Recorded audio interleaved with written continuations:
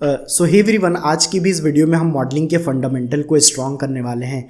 Previous video में हमने देखा कि हमारे लिए एडिट मोड क्यों सबसे ज़्यादा इंपॉर्टेंट है। एडिट मोड हमें फुल कंट्रोल देती है जबकि ऑब्जेक्ट मोड हमें फुल कंट्रोल नहीं देती है।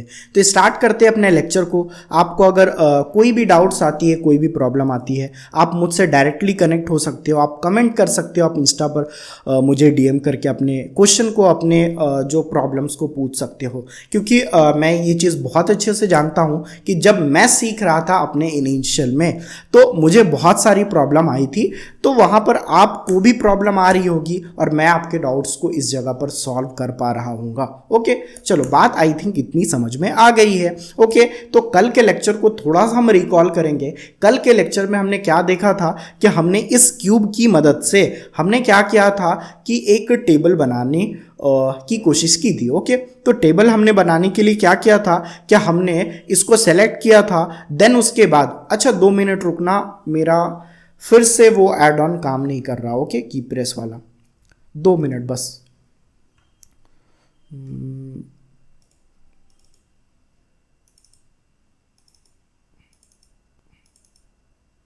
ओके, चलो काम कर गया। ओके, हाँ, तो हमने कल क्या किया था, हमने इस क्यूब की मदद से एक टेबल बनाई थी। ओके, तो टेबल के लिए बिल्कुल आप जानते हो कि टेबल वो क्या होता है, थोड़ा सा वो पतला होता है। ओके, और वो रेक्टेंगल शेप का होता है। ओके, तो हम क्या करेंगे कि इसको सेलेक्ट करेंगे, देन स्केल करेंगे। ओके, तो स्केल तो हम करेंगे, लेकिन हमें क्या करना है, इसे पतला करना है ना। तो पतला कब होगा, ऊपर के डायरेक्शन से। ओके, ये ऐसे हो रहा। ओके, तो ये जेड एक्सिस जब करेंगे तो जेड एक्सिस में आप इसे स्केल कर सकते हो। ओके, तो स्केल करके इसे हम कम कर देंगे। ओके, देन उसके बाद हम क्या करेंगे, इसको रेक्टेंगल बनाएंगे। तो रेक्टेंगल के लिए भी हमें स्केल करनी पड़ेगी। तो एस को मैं क्लिक करूंगा, देन एक्स एक्सिस पे मुझे स्केल करनी है क्योंकि रेक्टेंगल इस शेप को बनाना है। तो मैं एक्स को प्रेस करूंगा तो आप एक्स एक्सिस में आप इसको स्केल कर सकते हो। ओके, तो आई थिंक इतना बड़ा ये काफ़ी है, रेक्टेंगल बन चुका है। अगर मुझे इसे कंफर्म करनी है तो मैं माउस के लेफ्ट बटन को प्रेस करूंगा। अगर कंफर्म नहीं करनी है तो मैं माउस को राइट बटन को मैं प्रेस कर दूंगा। ओके, बात इतनी भी समझ में आ गई है। और कल के वीडियो में हमने देखा था कि ये जो मेरी टेबल थी तो ये ज़्यादा अच्छी नहीं लग रही थी, इसीलिए हमने सोचा था कि अगर मैं इसके कॉर्नर को राउंड कर दूं तो ये देखने में और ज़्यादा अच्छी लगेगी। तो उसके लिए हम क्या कर सकते हैं, उसके लिए हमें एडिट मोड में जाना होता है, क्योंकि हम ऑब्जेक्ट मोड के अंदर बस थोड़ी बहुत कस्टमाइजेशन कर सकते हैं, थोड़ी बहुत ट्रांसफॉर्मेशन कर सकते हैं। लेकिन अगर हमें और ज़्यादा कस्टमाइजेशन करनी है, और ज़्यादा इसमें चेंजेस करने हैं, तो हम क्या करते हैं, ऑब्जेक्ट मोड पर क्लिक करते हैं, देन एडिट मोड पर आ जाते हैं। ओके, चलो आई थिंक बात इतनी समझ में आ गई है। अच्छा, मुझे क्या करना है, इनके कॉर्नर्स को राउंड करना है, इनके कॉर्नर्स को राउंड करना है। तो मैं क्या करूँगा, कॉर्नर को सेलेक्ट करूँगा। ध्यान रहे, जब आप कॉर्नर को सेलेक्ट कर रहे हो तो ये एज वाली मोड आपकी ऑन होनी चाहिए। अगर आपको फेस को सेलेक्ट करनी है तो फेस वाला मोड एनेबल होना चाहिए। जब आप इस पर क्लिक करोगे तो फेस इसका सेलेक्ट हो जा रहा है। अगर आपको वर्टिसीज अगर सेलेक्ट करनी है तो ध्यान रहे, इधर वर्टिसीज मोड ऑन होनी चाहिए। ओके, तो इस पे जब आप क्लिक करोगे तो ये वर्टिसेस सेलेक्ट हो गई है। ओके, चलो बात आई थिंक इतनी समझ में आ गई है। इधर मुझे क्या करना है, इस कॉर्नर को राउंड करना है। तो मैं क्या करूंगा, एज मोड को सेलेक्ट करके रखूंगा। देन इस एज को मैं सेलेक्ट करता हूं, देन दूसरे वाले एज को भी सेलेक्ट करूंगा। मल्टीपल सिलेक्शन के लिए हम शिफ्ट को प्रेस करते हैं, देन माउस के लेफ्ट बटन को क्लिक करते हैं तो ये भी सेलेक्ट हो गई है, ये भी सेलेक्ट हो गई है। देन उसके बाद हम मूव करते हैं और इस जगह पर आकर के फिर हम शिफ्ट को प्रेस करेंगे, देन माउस के लेफ्ट बटन को क्लिक करेंगे तो ये भी एज मेरी सिलेक्ट हो गई है। और इसी तरीके से हमने इस एज को भी सेलेक्ट कर दिया। ओके, और जो भी मैं बता रहा हूँ उसको प्लीज़ आप देख करके आप करो। अगर आप नहीं करोगे तो बिल्कुल आपको चीज़ें आपको फील नहीं आएगी। ओके, तो ये मूवी की तरह नहीं है कि बस आपको देखते जाना, आपको करना पड़ेगा। अदरवाइज़ क्या होगा कि आपको बहुत बोरिंग लगने लगेगा। ओके, तो हमें क्या करना था, हमें इसके कॉर्नर्स को राउंड करना था और हमने क्या किया कि इनके एजेस को इनके कॉर्नर्स को हमने सेलेक्ट कर दिया। ओके, देन हमने ये भी जाना था कल के लेक्चर में कि अगर हमें कॉर्नर को राउंड करना होता है तो हम क्या करते हैं, बेवल करते हैं। बेवल का शॉर्टकट होता है control B. Okay, control B करते हो तो आप माउस को जब आगे पीछे जब आप करते हो, ओके, आगे पीछे करते हो तो यहाँ पर क्या आप देख रहे होगे कि इसके जो एजेस में चेंजेस आ रही होगी। ओके, अब मैं चाहता हूँ कि ये जो मेरा ये जो मेरा कॉर्नर है ये स्मूथ दिखे, तो मैं क्या करूँगा, माउस के जो स्क्रॉल बटन को मैं अप करता हूँ। मैं जितनी अप करूँगा, मतलब जितनी अपने स्क्रॉल को अप करूँगा तो उतनी एजेस इधर लगती चली जाएगी। मतलब जितनी एज लगेगी उतना ये कॉर्नर स्मूथ होगा और जितनी कम एज लगेगी उतना ये कॉर्नर शार्प होगा। ओके, तो मुझे ठीक ठाक स्मूथ करना है तो मैं माउस के स्क्रॉल बटन को अप करता हूं और 2-3 एज लगा देता हूं। ओके, तो अब यहां पर आपको दिख रहा होगा कि पहले कॉर्नर में बस एक एज प्रेजेंट थी, अब इधर क्या हो गई है, 1 2 3 और एक 4 जो एज है वो एक्स्ट्रा आ गई है। ओके, तो यहां पे आप देख सकते हो कि ये एज कॉर्नर अच्छे से हो गई है। ओके, ये अब दिखने में और ज़्यादा बेटर लग रहा है।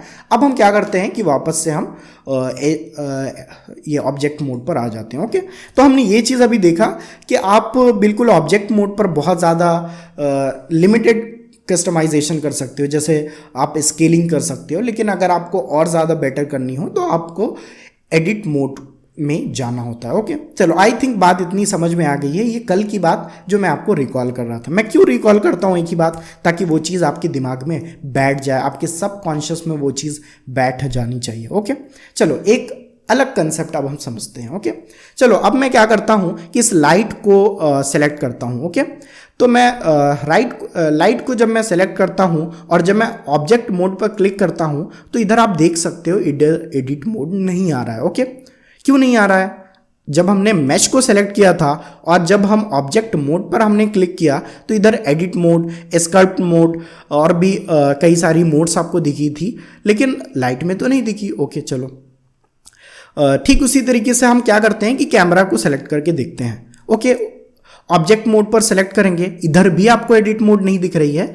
तो यहाँ पे बेसिकली बात ये है कि ब्लेंडर के अंदर में हर अलग अलग ऑब्जेक्ट के लिए अलग अलग कस्टमाइजेशन की फीचर्स होती है। मतलब कोई भी अगर मैश है तो मैश में एडिट मोड में आप बहुत सारी चेंजेस कर सकते हो। अगर आपको कैमरा भी चेंजेस करनी है तो उसका फीचर आपको यहाँ पर दिख रहा होगा। ओके, यहाँ पर कैमरा की प्रॉपर्टीज़ आपको दिख जाएगी जहाँ पर आप कुछ कुछ चेंजेस कर सकते हो। ओके, ये सारी प्रॉपर्टीज़ को आगे हम इन डिटेल सीख रहे होंगे। ओके, रेंडर में हम सीखेंगे। अगर आपको लाइट को अगर कस्टमाइज करनी है, मतलब लाइट में अगर चेंजेस करनी है, लाइट की इंटेंसिटी घटानी है, बढ़ानी है, लाइट अगर आपको सन में चेंज करना है, एरिया लाइट अगर आपको कंफर्म करना है, तो आप जब आप लाइट पर क्लिक करते हो और इस लाइट प्रॉपर्टीज पर जब आप आ जाते हो तो इधर आपको कई सारी आपको लाइट्स दिख जाती है। ओके, तो यहाँ पर आप लाइट को कस्टमाइज कर सकते हो, आप लाइट की इंटेंसिटी को बढ़ा घटा सकते हो, लाइट के कलर को चेंज कर सकते हो, और इस सारी चीज़ों को हम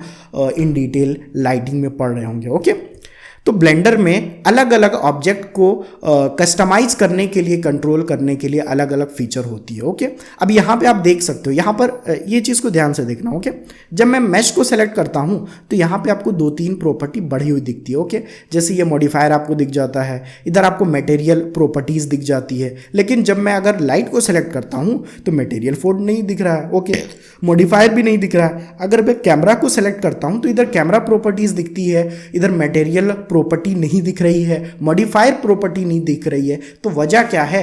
तो आप खुद सोचो, एक ऑब्जेक्ट है तो ऑब्जेक्ट के अंदर क्या होगा? कलर होगा।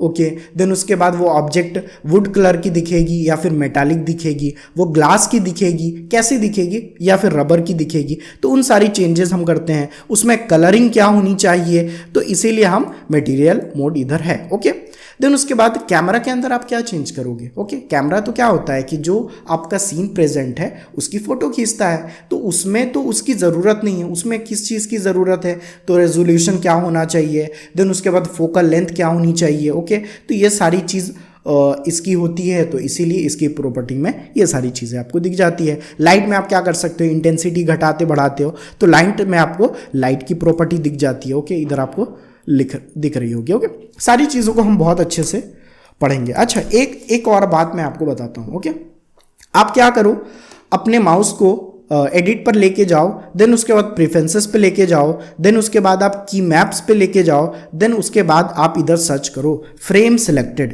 FRAMESELECTED।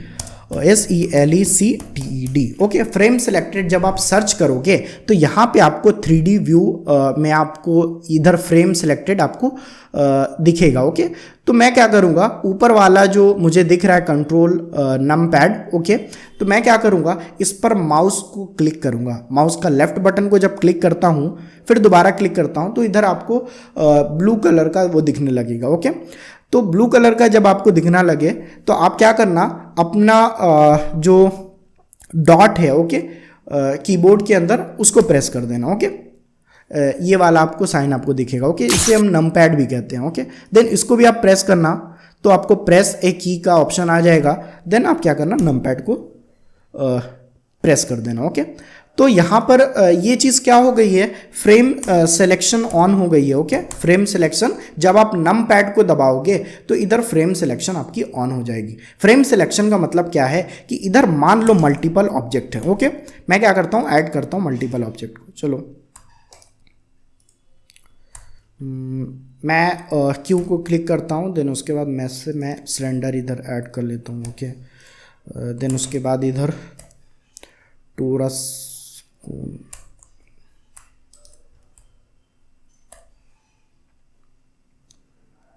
ओके, चलो अब यहाँ पे देख सकते हो आप 3D व्यू बोर्ड के अंदर multiple mesh multiple object present है। अगर मैं चाहता हूँ कि मैं फोकस बस इस वाले कोन को करूँ, तो मैं क्या करूँगा, अपने माउस के कर्सर को इसको सेलेक्ट करूँगा, देन अपने कीबोर्ड के अंदर ये नम पैड को मैं क्लिक करता हूँ, तो मैं इस जगह पर आ जाता हूँ, मतलब इस चीज़ पर मैं फोकस कर सकता हूँ। ओके, अगर मैं चाहता हूँ कि मल्टीपल बहुत सारी सीन्स है लेकिन मुझे फोकस करना है बस इस क्यूब पर, तो आप इस क्यूब को क्लिक करना, अपने कीबोर्ड के अंदर आप नम पैड क्लिक करना, तो ये आपका फ्रेम सिलेक्ट हो गया, मतलब यहाँ पर आप इस पर फोकस कर सकते हो। ओके, तो इस तरीके से आप कर सकते हो। ओके, चलो बात आई थिंक इतनी भी समझ में आ गई है।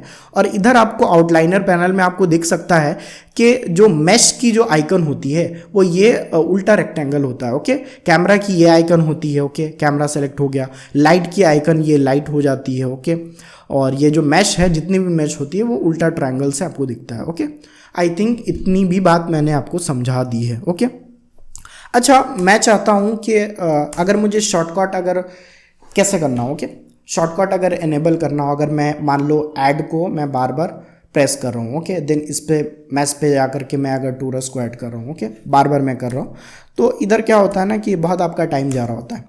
तो मैंने आपको प्रीवियस वीडियो में बताया था कि कैसे आप शॉर्टकट इनेबल कर सकते हो अपनी नीड के हिसाब से। तो अभी फिर मैं बता देता हूँ कि अगर मान लो ये जो मेरा टोरस है ये अच्छा नहीं दिख रहा हो, कि खुरदुरा दिख रहा है, मक्खन इसे अगर बनाना हो, तो मैंने आपको बताया था कि आप माउस के राइट बटन को क्लिक करना, देन शेड स्मूथ जब आप कर दोगे तो यहाँ पे आपको क्या दिख जाएगा, यहाँ पे आपको ये बिल्कुल मक्खन हो जाएगा। ओके, लेकिन अगर मैं बार बार इसको यूज़ कर रहा हूँ, अगर मुझे शॉर्टकट की इसकी बनानी है, तो मैं क्या करता हूँ कि मैं किसी भी चीज़ को मान लो इसको सेलेक्ट मैं करता हूँ, इसको मैंने सेलेक्ट किया, देन माउस के राइट बटन को क्लिक करूँगा और जिसकी शॉर्टकट मुझे बनानी है मैं उस पर अपने कर्सर को रखूँगा, देन फिर राइट को क्लिक करूँगा, देन इधर ऑप्शन आ जाएगा add to quick favourites. Okay, then इसको मैं लेफ्ट बटन से क्लिक कर दूंगा। अब जब आप जो भी कीज को प्रेस करोगे ब्लेंडर के अंदर, तो वो आपकी शेड स्मूथ की शॉर्टकट की बन जाएगी। ओके, तो मान लो मैं क्यू को प्रेस कर देता हूँ। ओके, तो अब इधर आप देख सकते हो कि जब मैं क्यू को क्लिक करता हूँ तो ऐड के ऑप्शन, क्योंकि मैंने यहाँ पर भी क्यू दबा करके शॉर्टकट की एनेबल की थी। ओके, अगर मुझे शेड स्मूथ भी करना हो तो मैं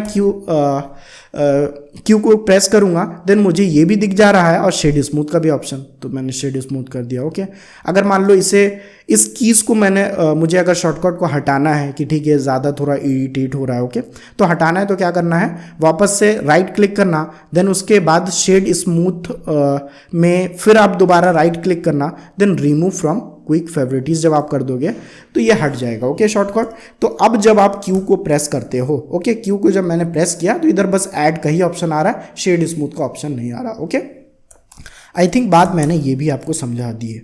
ओके और मुझे क्या पढ़ाना था और एक ओके आई थिंक वेट करना, मैं देखता हूँ। Okay shortcut keys frame selected, हाँ ओके चलो एक और बात बताता हूँ। ओके चलो आप क्या करते हो कि मान लो इस व्यू पोर्ट के अंदर आप क्या करते हो, एक टेक्स्ट को ऐड करते हो। टेक्स्ट को ऐड करने के लिए इधर हम पहले क्या करेंगे, अगर इधर टेक्स्ट लाना है तो इधर हम 3D कर्सर लाएंगे। 3D कर्सर लाने के लिए हम शिफ्ट को प्रेस करते हैं, माउस के राइट बटन को सेलेक्ट करते हैं, देन 3D कर्सर इधर आ जाता है। ओके देन आप क्यू से भी कर सकते हो, ऐड पे भी जा करके मैश में जाना, तो मैश में नहीं जाना सॉरी, टेक्स्ट पे आप जब आप क्लिक करोगे तो इधर आप देख सकते हो कि इधर भी टेक्स्ट आपको दिख जाता है। ओके देन उसके बाद मैंने आपको बताया था प्रीवियस लेक्चर में, अगर टेक्स्ट को आपको एडिट करना है या फिर इसमें कुछ चेंजेस करना है, अगर मैं इस टेक्स्ट के अंदर अपना नाम रहमत लिखना चाहूँ तो मैं क्या करता हूँ कि इसको सेलेक्ट रहने देता हूँ, देन ऑब्जेक्ट मोड पर मैं क्लिक करता हूँ और एडिट मोड पर आ जाता हूँ। अब आप क्या कर सकते हो, बैक स्पेस से आप इसे डिलीट कर देना, देन अपना नाम इधर मैं लिख लेता हूँ RAHMAT।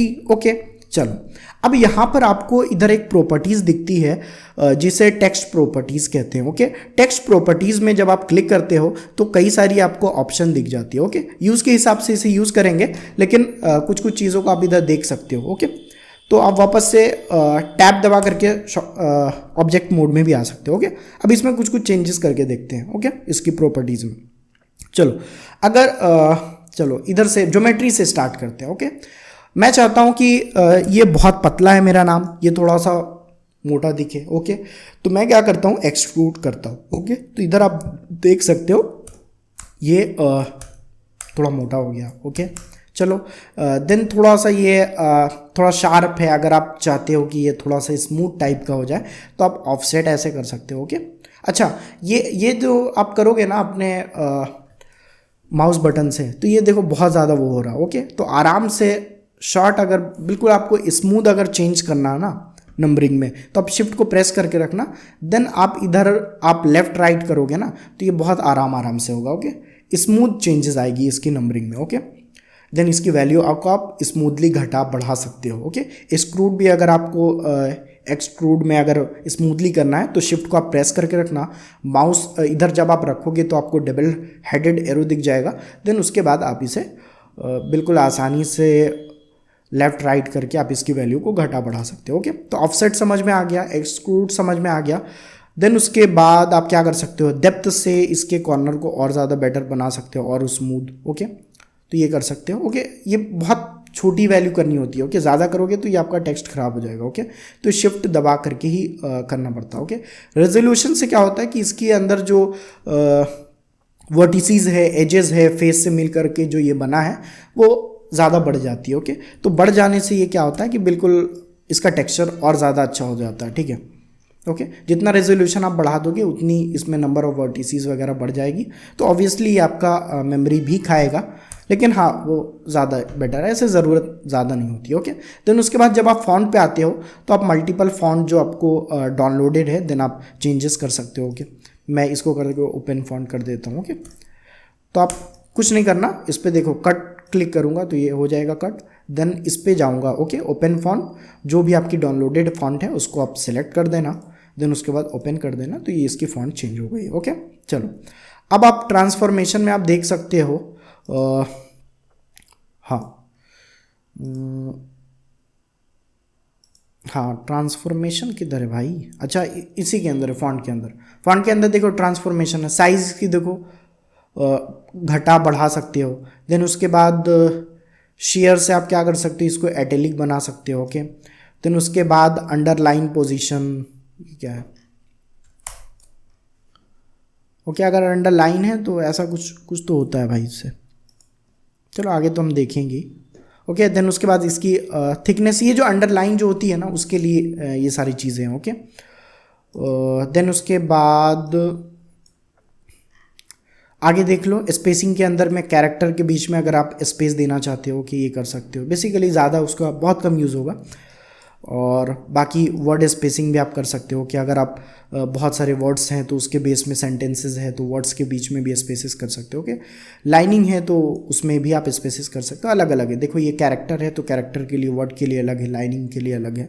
ओके, तो ये सारी चीज़ों को आप कर सकते हो। ओके, बाकी सारी चीज़ें अभी उतनी ज़्यादा आपकी काम की नहीं है, तो इसे हम बिल्कुल लास्ट में सीख रहे होंगे। ओके, हल्का सा बस ओवरव्यू दे रहा हूँ, इन डिटेल हम आगे सीख रहे होंगे। ओके, चलो, आई थिंक मुझे लगता है ज़्यादा लेक्चर को बड़ा बड़ा नहीं बनाना चाहिए, छोटा ही बनाना चाहिए, क्योंकि फिर आपको प्रॉब्लम होएगी। ओके, चलो, सब कुछ हमने पढ़ लिया है। ओके, देन कल के लेक्चर में हम क्या पढ़ेंगे? कल के लेक्चर में हम लूप कट पढ़ेंगे, एक्सक्लूड कैसे कर सकते हो, इंसर्ट कैसे कर सकते हो, इन सारी चीज़ों को हम समझेंगे।